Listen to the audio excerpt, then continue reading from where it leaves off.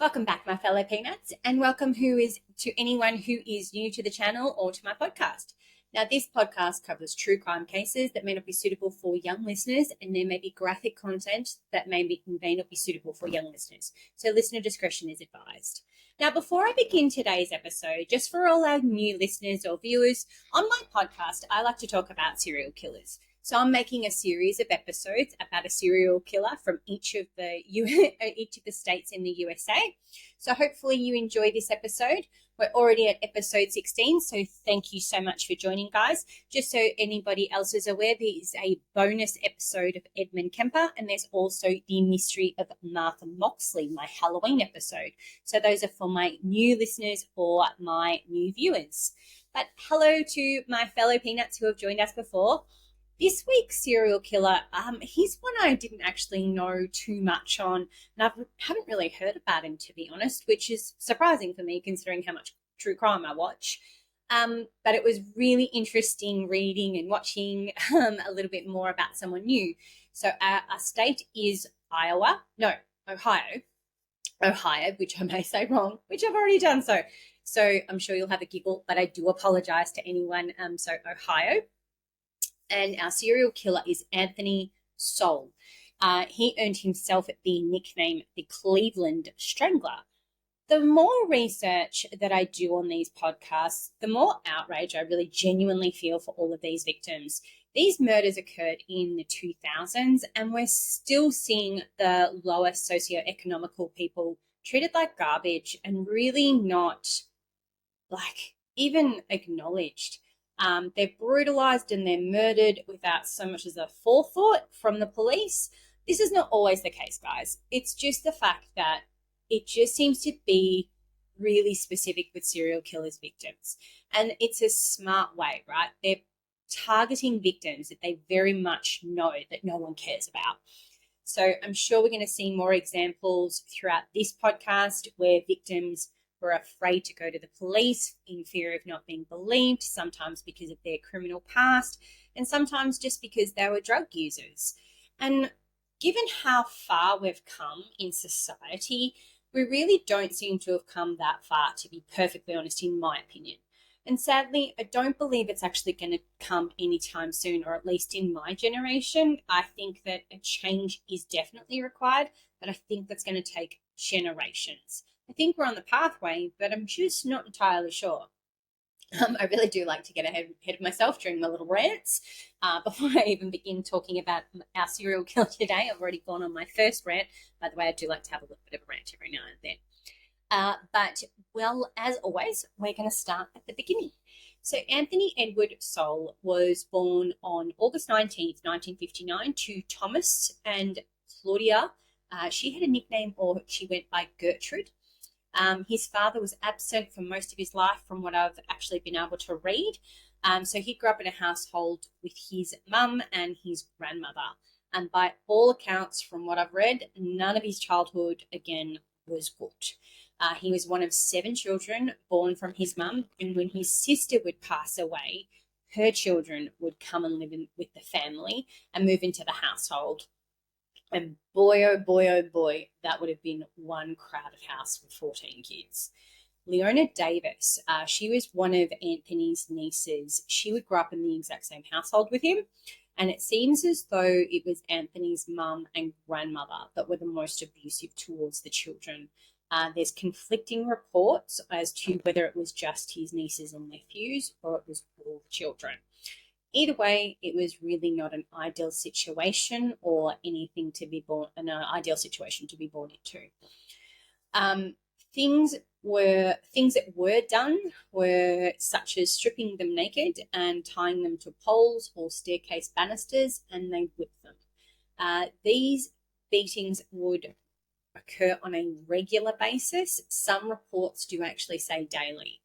Leona would testify at his trial and tell the court of the abuse that she would endure. She would also claim that Anthony had started sexually assaulting her at the age of 10, when Anthony was only 11 years old at the time himself. Now, she would also claim that other male relatives would rape her that lived in that household as well. So I'm just going to just dissect that for a little bit. I don't really understand how, one, that this can even occur in this type of environment.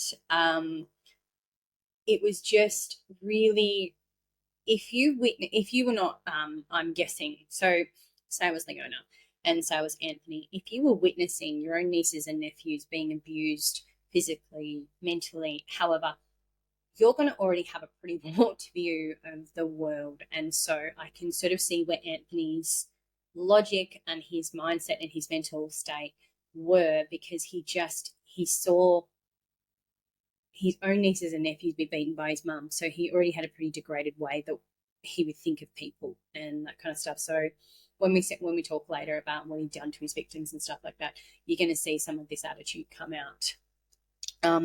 But I've got to say, there's not really a lot of information about his schooling or any really other part of his childhood.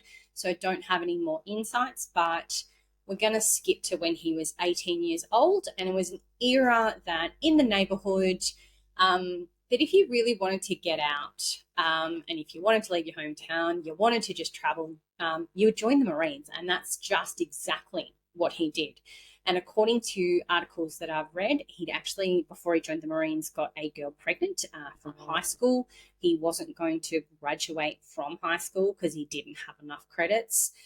So that's really why he joined the Marines. Now, he would attend boot camp at Parris Island in South Carolina. And then after that, he went to a training camp in Camp Lejeune, I think it is, in North Carolina. And then he would continue there for about another month or so after he'd finished his training to learn a little bit more about electrical wiring. And for 5 years, he'd actually be stationed at Cherry Point in North Carolina as an electrician. He would be stationed at some time at a Marine base in Osaka, Japan. And then he would be in his final stint at Camp Pendleton in California. At some point during his time in the Marines, he'd actually get married, he'd be divorced. The skills that Anthony would learn during the Marines would be fatal to 11 women. He'd learn to kill with his bare hands and use everyday objects basically as a weapon. But even though he'd gone AWOL at some point during his time in the Marines, he would receive an discharge. During his career in the Marines, he would receive a good conduct medal with 1 service star, a Sea Service Deployment ribbon, a certification of commendation, and a meritus mast and 2 letters of appreciation. So imagine all that structure, considering the childhood he had. That structure actually wouldn't have necessarily been a bad thing for him. But there are reports that he became a real drinker when he was in the Marines. So I'm wondering whether some of that sort of started him on a pathway that perhaps was not the best for him as such. He would return to Cleveland after his time in the Marines. This is where he really began his career as a criminal. Between 1985 and 1990, he'd become a drunk, and most reports do say that he dabbled a little bit in the drug scene, at least during this time. So there'd be arrests relating to DUIs, disorderly conduct, and public drunkenness. There was additionally an arrest for the possession of a dangerous drug. So that's obviously where the dabbling of drugs comes in. Now, the next 3 women I discuss, they are suspected victims, but they are not confirmed. But I do really think it's important to mention them because there is a lot of talk that these are possible victims. So this is before he had his first stint in prison. 2 of these victims would definitely fit his victimology, as they were suspected drug users, and the cause of death would be similar to the ones that he eventually was convicted of.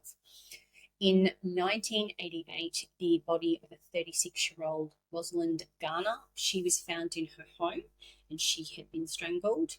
There's Carmela Prater. She was a suspected drug user. She would be found in an abandoned home, but her cause of death does remain unknown at this stage.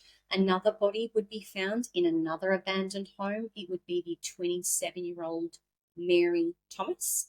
She's also been suspected of being a drug user, but her cause of death would be that she'd be strangled by a red ribbon.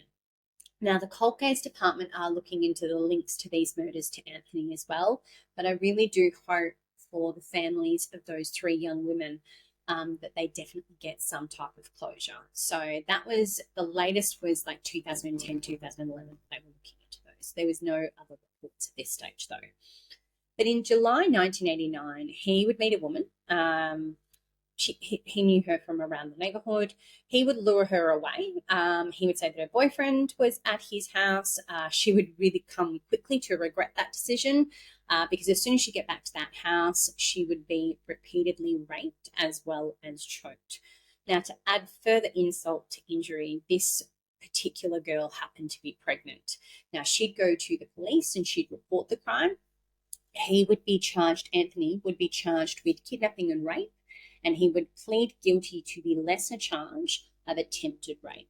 Now, he would receive a sentence of 15 years, and while on trial, he'd be arrested for another rape, but unfortunately, she didn't cooperate with the police. But he would go to prison, and he would be released from prison after 15 years, and the year would be 2005. After his release from prison, Anthony would work in a factory, but in 2007, he would actually be fired. One of the most surprising things that I've read about serial killers is that they have romantic relationships. I have to wonder if this is really just another face for them to put it out to the public, or if they genuinely have feelings for these men and or women. But I swear, this thought, by the way, it's not just a random thought. There is a method to my madness on this one, because he would be in a romantic relationship with a woman by the name of Laurie Frazier. Now, she also happened to be the niece of the mayor, Frank Jackson, and they would be together for a couple of years before they'd end up parting ways. But it's been reported that during this relationship, he would lure women into his home with offer of drugs and alcohol, and some were assaulted and some survived him, others did not. But once Anthony lost his job in 2007, he'd really, in the neighborhood, he'd sell some scrap metal to make some money, or he'd beg for money at the local corner store, and he would repay the locals by having like a barbecue and having everyone around. There always happened to be a bit of a stench coming from Anthony's house. He'd make up excuses, but the neighbours did continue to complain. But realistically, little did they know of the horrors that actually existed in his home. Now, there are 11 known victims of the Cleveland Strangler. The timelines for these murders, they're up on the screen at the moment. I don't have too many details of the murder itself. But I'm going to go through each of the victims, and I do have a little bit of information on every single one of them, which I'm really happy about, because I definitely get to put a face to the name and get to know who these women are. Because at the end of the day, that's really why I do this. I want people to have a level of understanding that there are the victims in this, and that they need to be remembered out of all of this. Now, from what I've researched, most of the victims were drug users, and they flew a bit underneath the radar of the police. And even in 2007, these victims would go missing. And by all reports, from what I can tell and from what I've read, the police really didn't do much to try and find these people or these victims. There would be 2 missed opportunities before Anthony would even pop up on their radar. So the first missed opportunity, now that would be in December 2008. A lady by the name of Gladys Wade. She'd be running down the street, covered in blood, when she'd be able to wave down the police officers. Her experience with Anthony would be what I would expect the murder victims had gone through. She would tell the police that Anthony had invited her over just for a beer, just for some drinks, and she turned him down. As a result of her turning him down, he would end up attacking her. Now, he would drag her back to his home and take her upstairs, where he would strangle her until she had passed out. when Gladys would come to, he'd removed all of her clothing and he was trying to rape her. She'd actually managed to get away. It doesn't really go into too much detail on how she managed to get away, but she'd end up being nearby a pizza place and she'd be begging for help and she'd be begging the owner and the people that were there to call the police. Anthony would catch up to her and get to the pizza place. Now, he would tell the people in the pizza place that she was trying to rob him. Thankfully, she would be taken to the hospital, and the police would interview both Gladys and Anthony, and then they'd go back to the house. They'd find evidence of a struggle, and there'd be blood there. But they actually said the case would be a he said, she said. Now, thankfully for Gladys, she'd be able to testify at his trial on what he had done to her. But sadly for the victims that would come during that period of time, for her and after her, they wouldn't be as fortunate. Now, guys, I get the he said, she said stuff. I really do. I 100% get it. But you can see a woman in obvious distress. You can see that she's covered in blood. And you just think that she's lying and you didn't even think to pursue it and see what was around the corner or anything like that. It just to me shows a bit of disregard for the woman itself. And yeah, I don't know why you would disregard it and why the police would tell her that it's going to be a he said, she said. About 5 months later, in April 2009, Tanya Doss would agree to have a drink with Anthony. Even though she knew he'd gone to prison, she didn't really know what it was about, because around the neighborhood, he was known as a really nice guy. Like, he wasn't really known to be, anything other than nice and genuine. And no one really knew too much about his past, or that he was actually a convicted sex offender. But once Tanya got into that room upstairs, again in his home, it seemed as though he'd just snapped. He would begin to choke her, he threatened to kill her, he would make her remove all of her clothes. Fortunately, before anything sadistic could happen, they would both pass out. I'm guessing there'd been a bit of drinking, and I'm guessing what she had been through. But when they woke up the next morning, it was like nothing had happened. She would end up lying to him and she'd say that she had a sick granddaughter and she needed to go look after her. He would let her go. Now, Tanya was afraid to go to the police due to her criminal past and also because she was known to be a drug user and she really just didn't think the police would believe her. She definitely later regretted that decision and she quite openly said that when she testified in court. Tanya's friend, Nancy Cobbs, she would disappear later that same month and she had never suspected Anthony even for a second until after he was arrested. Now, the people at Ray's Sausage Company were not the only ones that knew something was slightly amiss in the neighborhood. Now, Ray's Sausage Company happened to be like next door to Anthony's house. So they knew that stench was coming and he'd blamed it a couple of times on them. So a gentleman by the name of Mr. Bess, he owned that chicken and pizza place that wasn't far from his family home, the one I just talked about before where the girl ran off. And he'd always found that Anthony was really polite and he was really respectful, even though sometimes he did smell quite awful. But in September 2009, a woman would actually end up telling him that Anthony had attacked her and the police had done nothing about it and they'd only just taken notes on her incident that she'd reported. And a few weeks later, he would even say that he saw Anthony in the bushes around his house, standing over a naked woman, and he was beating her. He even called 911, and that ambulance took the woman to the hospital, but police would say, who didn't get to the scene until hours later, that they didn't even try and talk to Anthony, and he was still inside his home at the time. Now, when Barbara Carmichael tried to report that her daughter, Tanya Carmichael, was missing, she says the police would turn her away and saying that her daughter would come home when she ran out of drugs. And the police repeatedly turned away Sandy Drain, she was 65, when she tried to file a missing person for her niece, Gloria Walker. She would put up flyers, she would organise search parties, she even hired a psychic. And she said she got exactly what she expected from the cops in her neighborhood. So again, guys, we're just seeing that pattern of not caring about the lower socioeconomic people in the neighborhood.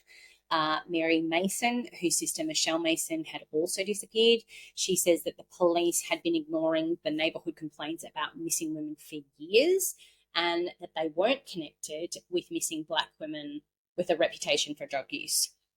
So it's just really shocking that you can see 3 or 4 examples already. The police would come back and they would say that the cops had followed up with those leads, including obtaining dental records and tracing any license plates in the neighborhood.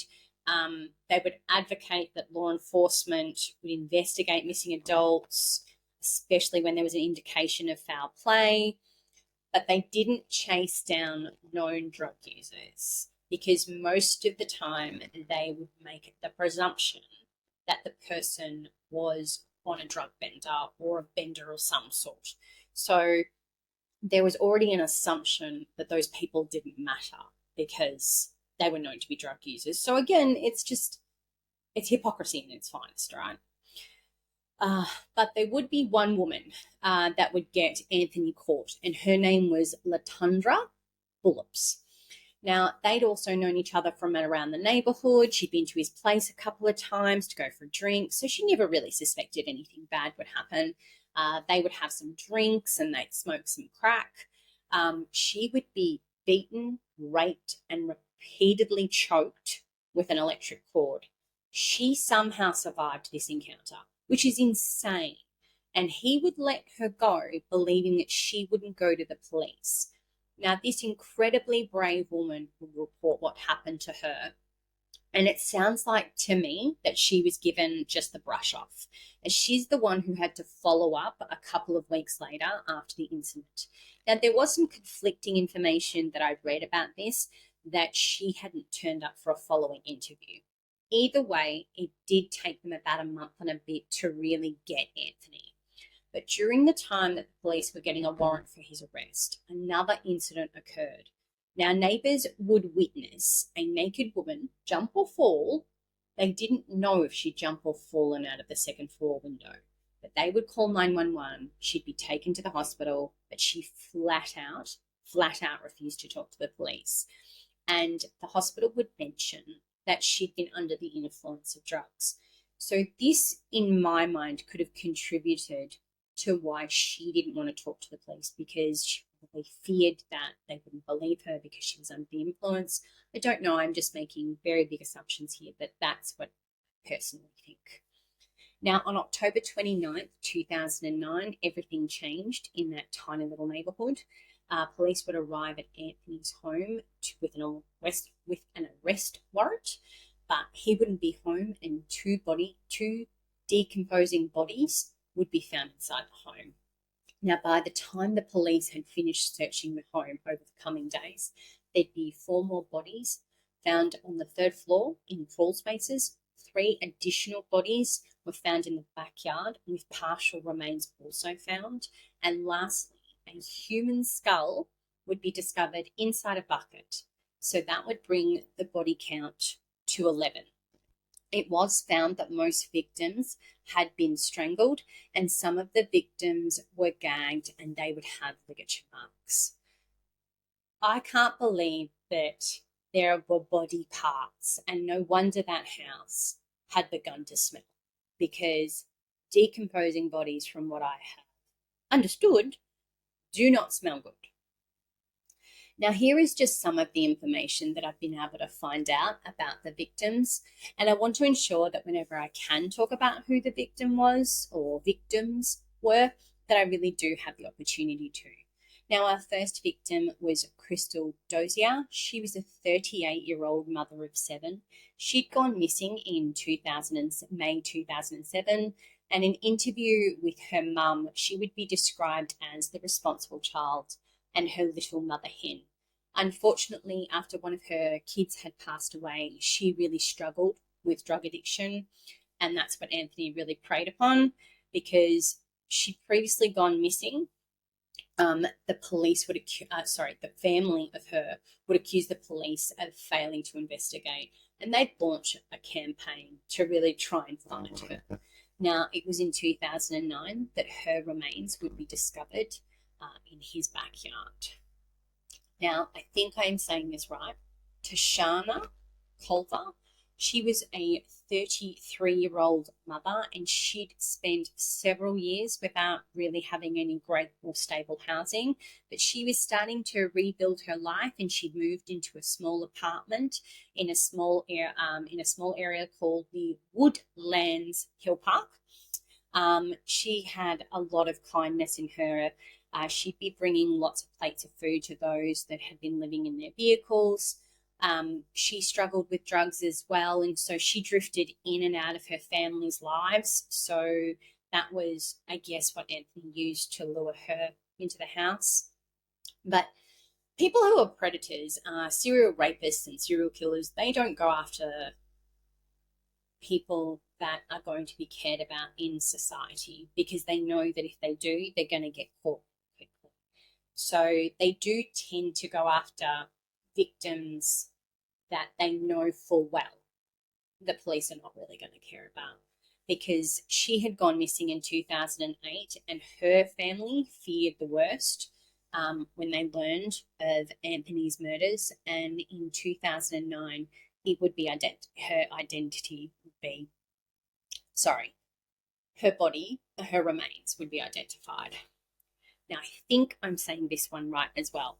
LaShonda Long, she was a mother of 3, and she would be last seen in August of 2008. She was called strong-willed and sassy, but drugs, once again, had become a prominent part of her life. She was only 24 years old at the time of her death. They would only recover her skull. So that would be the skull in the bucket. None of the rest of her was ever found. So Michelle Mason, she left Cleveland as a young adult to spend some time in New York and New Jersey. And so when her family hadn't really heard from her, they filed a missing persons report. She certainly did do a little bit of a check-in with them, but she was also battling with a drug addiction. She had returned to Cleveland, and she attempted to turn her life around.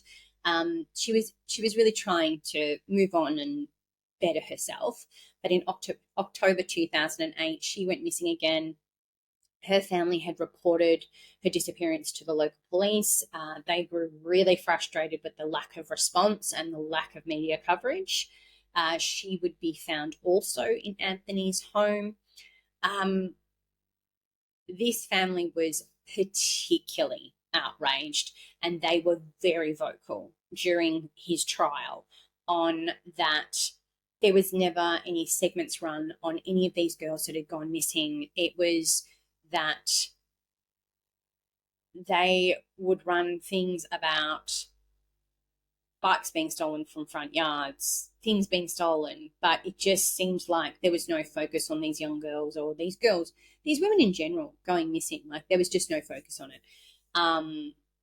But they did note that until she went missing, her final years were full of happiness and personal peace. So obviously she had really started that track of getting onto the right side of her life. So it's very sad. Now there's Kim Smith.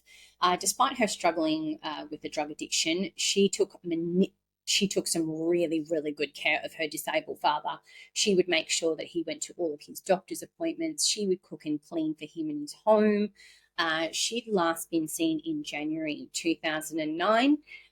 She was a really artsy person. She really enjoyed singing. She wasn't reported missing until after the bodies had actually been found in Anthony's home. But you can tell that she really loved her father, and she really, really loved her family. Now we've got Nancy Cobbs. She'd spiral into the world of drugs, and she'd end up spending some time also in prison. Later, believing that she really wasn't a really good mother or the best mother, she would devote herself to her grandchildren. And at some point, she had befriended Anthony, a bit just because they lived in the same neighborhood. The family knew of him and they didn't consider him at all dangerous. She'd vanished in April of 2009. The family would file a missing persons report. They'd search abandoned buildings. They posted flyers, but she was another one of his victims that had been found in the home. Now, there's Imelda Amy Hunter. She was a beautician and she was a mother of 3. She disappeared at some point in the spring of 2009. Now, her own sister described her as quite the fighter, but her family would remember her as a bookworm who really loved the classics. Again, another victim that struggled with drug addiction, but she wasn't reported missing, and it wasn't until the police discovered her in Anthony's house that they even realised she had gone missing. And then you've got Tonya Carmichael. According to her friends and family, she really genuinely loved life, and for a time she would work really hard and provide for her 2 daughters. She'd been employed as a medical secretary and a bartender. She'd also earned her barber and real estate licenses. Now, she'd given birth to her 3rd child in 1985, and soon after that, she actually became addicted to drugs. She disappeared in the fall of 2009, and she was the very first victim that had actually been identified in Anthony's home. You can just see a running pattern here, guys, of that they were drug users. So I think that going forward, I'm not going to mention it because that's not who they were and that's not their identity, and I don't think that's fair to represent them that way. Now, we've got Janice Webb. She was known as the family jokester.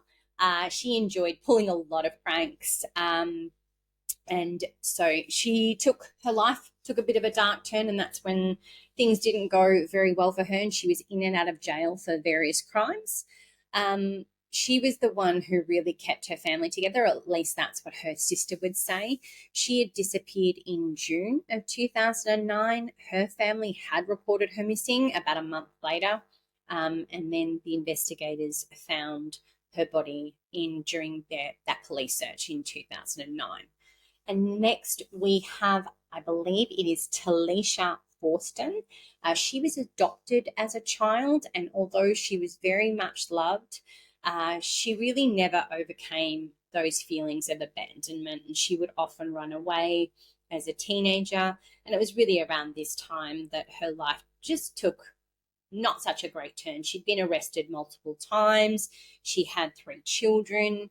She lost custody of them, unfortunately. And just as she was starting to turn her life around in June 2009, she just suddenly vanished.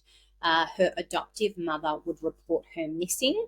And again, unfortunately, her remains were among those in Anthony's home. My kitty cats have decided that it's time for me to open up the door. It's not going to happen. Next, we've got Diane Turner. She was a mother of 6. She actually really did try to help herself. She'd entered multiple rehab programs, but despite all of this, she was really known as a really, really good person. She had been murdered in September 2009. That would actually end up making him Anthony's final victim.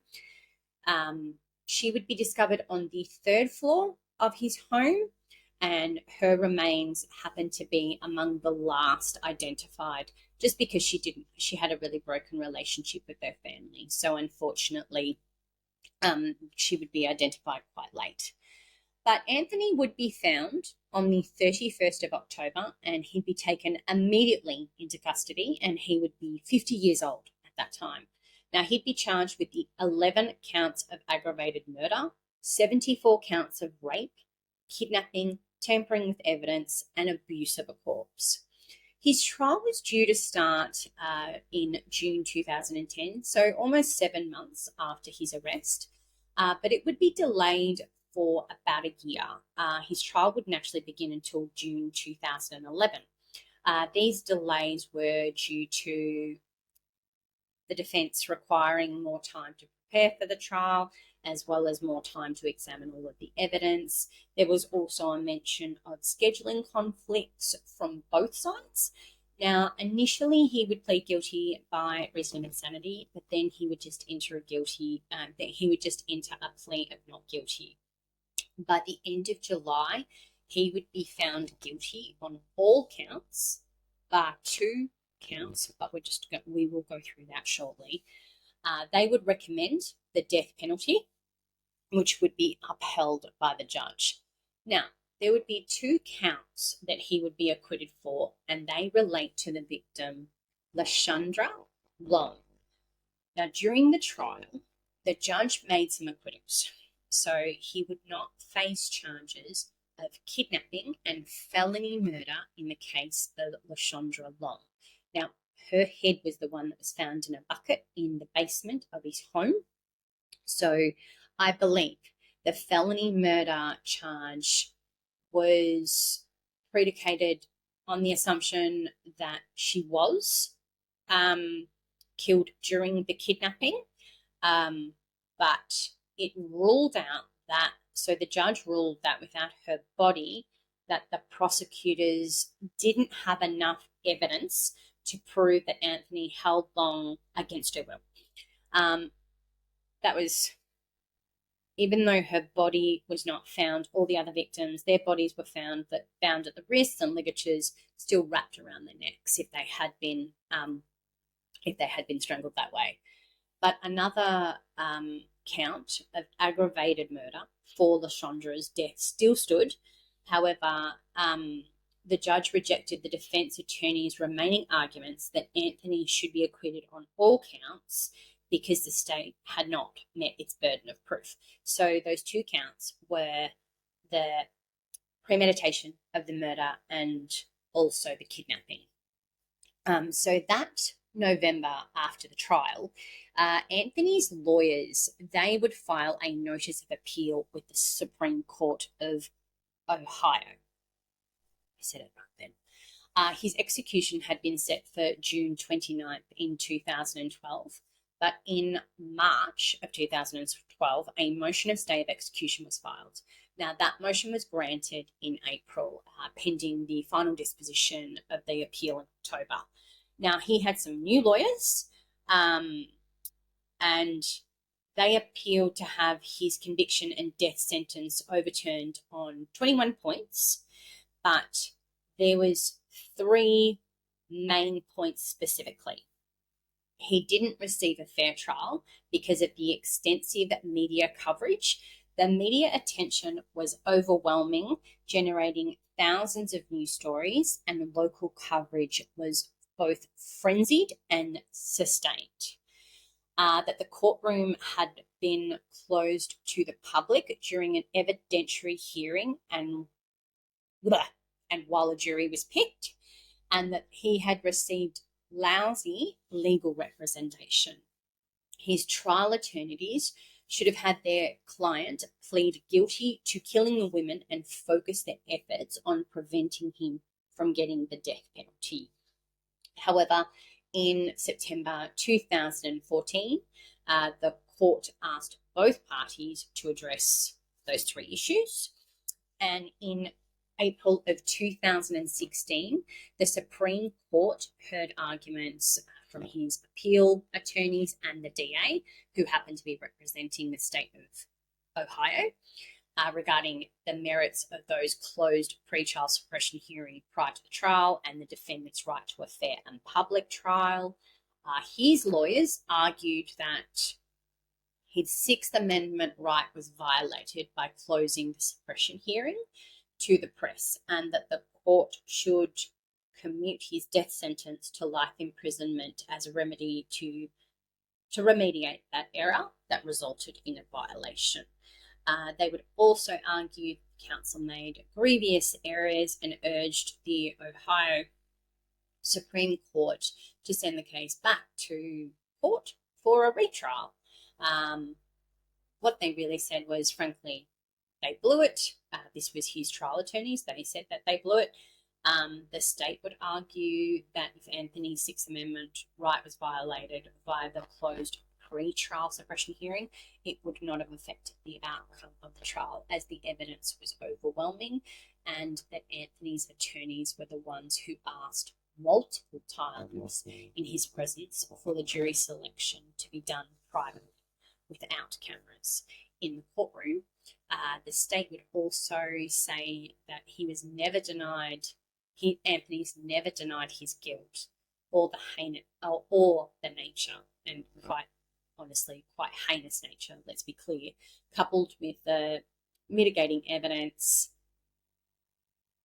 that you deny the the death penalty. Basically, they're saying we did everything right. We did everything right. He was offered a fair trial, but in December 2016, the Supreme Court, they rejected the appeal. They affirmed that his aggravated murder convictions and his death sentence. In May 2017, he would appeal that. But in October of 2017, they chose not to hear him. They denied his request to reopen his appeal. There was just multiple, like it just keeps going. It goes up to the District Appellate Court, and all that kind of stuff, but they would deny it. He would die on February 8th, 2021, of an unspecified terminal illness. Once again, the serial killer dies a quite less tragic death than what they deserve, as far as I'm concerned, after all the heinous behaviour that they've endured upon people. A death came too quickly, as far as I'm concerned.